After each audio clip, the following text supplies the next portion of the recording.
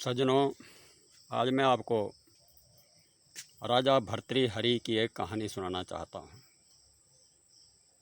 एक राज्य का राजा भर्तृहरि था। उसके राज्य में बहुत से मंत्री और बहुत सी दासियाँ रहा करती थी। बहुत अच्छा राजा था, जनता की भलाई के काम किया करता था। सभी लोग उसके राज्य में खुश थे। सज्जनों, उसके राज्य में साधु सन्यासी भी तपस्या किया करते थे। किसी जंगल में तपस्या करते हुए एक साधु को भगवान के दर्शन हो गए और भगवान ने उसको एक अम्र फल दिया और साधु को कहा कि इस फल को जो भी खा लेगा वो हमेशा अमर हो जाएगा, कभी नहीं मरेगा। सज्जनों, साधु ने सोचा, मैं अमर होकर क्या करूँगा, क्यों ना मैं इस अमर फल को अपने राजा को दे दूं, क्योंकि राजा बहुत अच्छा है, बहुत अच्छे काम कर रहा है। वो जोगों जोगों जिए और अच्छे काम करे प्रजा की भलाई के लिए। इसी कामना के साथ वह साधु राजा के दरबार में गया और उस फल को राजा को अर्पण करते हुए कहा कि राजन, आप बहुत अच्छे हैं, बहुत अच्छा शासन कर रहे हैं, आपके राज्य में प्रजा खुश है। यह भगवान का दिया हुआ अमर फल है, इसको आप खा लें, आप अमर हो जाओगे और हमेशा प्रजा की सेवा करते रहेंगे। साधु ऐसा कह करके चला गया। राजा ने सोचा, मैं इस अमर फल को लेकर क्या करूँगा।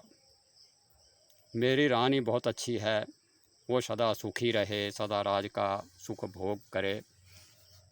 इसी कामना के साथ राजा ने वह अमर फल अपनी रानी को दे दिया। परंतु रानी एक मंत्री को बहुत चाहती थी। उसने सोचा, मैं इस फल को लेकर क्या करूँगी, चलो मेरा यह प्रेमी अगर अमर हो जाए तो बहुत अच्छा होगा।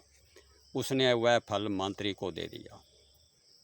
मंत्री ने भी यही सोचकर कि मैं लंबा जीवन जीकर क्या करूँगा, उसने अपनी पत्नी को वह फल दे दिया, क्योंकि वह भी अपनी पत्नी से बहुत प्यार करता था। परंतु उसकी पत्नी किसी और से प्यार करती थी। तो उसकी पत्नी ने, राजा के मंत्री की पत्नी ने, वह फल अपने प्रेमी को दे दिया। उसका प्रेमी जो था वो किसी दासी से प्यार करता था। उस प्रेमी ने भी वह फल उस दासी को दे दिया और दासी ने भी यह सोचा कि मैं अमर होकर क्या करूँगी, हमारा राजा बहुत अच्छा है, और उसने वह फल, अमर फल जो है, वो राजा को दे दिया कि राजन, आप बहुत अच्छे हैं, यह अमर फल आप खा लीजिए, आप लंबी उम्र जिएं और राज्य का शासन करें। सज्जनों, राजा ने उस फल को पहचान लिया तो बात पूछी दासी को कि यह फल आपको किसने दिया। तो इसी तरह पता करते करते राजा की रानी तक बात पहुंच गई कि रानी ने अपने मंत्री को, मंत्री ने अपनी पत्नी को, मंत्री की पत्नी ने अपने प्रेमी को, उसके प्रेमी ने अपनी प्रेमिका दासी को वह फल दिया और दासी ने वह फल राजा को दिया। तो राजा के मन में विचार आया, राजा के मन में यही विचार आया कि मनुष्य के मन को कोई नहीं पहचान सकता। मैं जिससे प्यार करता हूँ वह किसी और से प्यार करती है, जिससे वह प्यार करती है वह किसी और से प्यार करता है, जिससे वह प्यार करता है वह किसी और से प्यार करता है। इस संसार में सच्चा प्रेमी पहचानना बहुत मुश्किल है।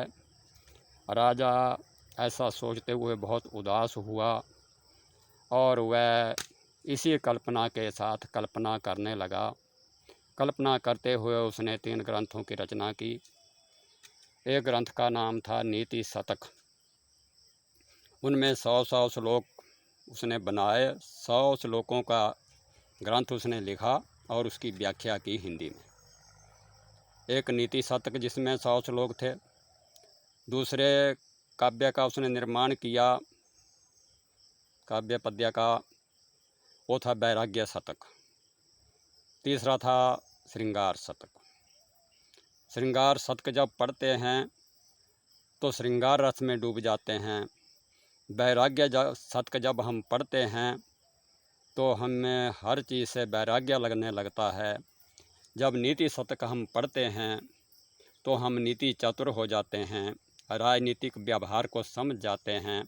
इस प्रकार राजा एक और उसने 3 प्रकार के ग्रंथों का निर्माण किया। मन बड़ा चंचल होता है, किसके मन में क्या है यह किसी को कोई पता नहीं है। इसी भावना के साथ यह कहानी आपकी सेवा में प्रस्तुत है। जय हिंद, जय भारत।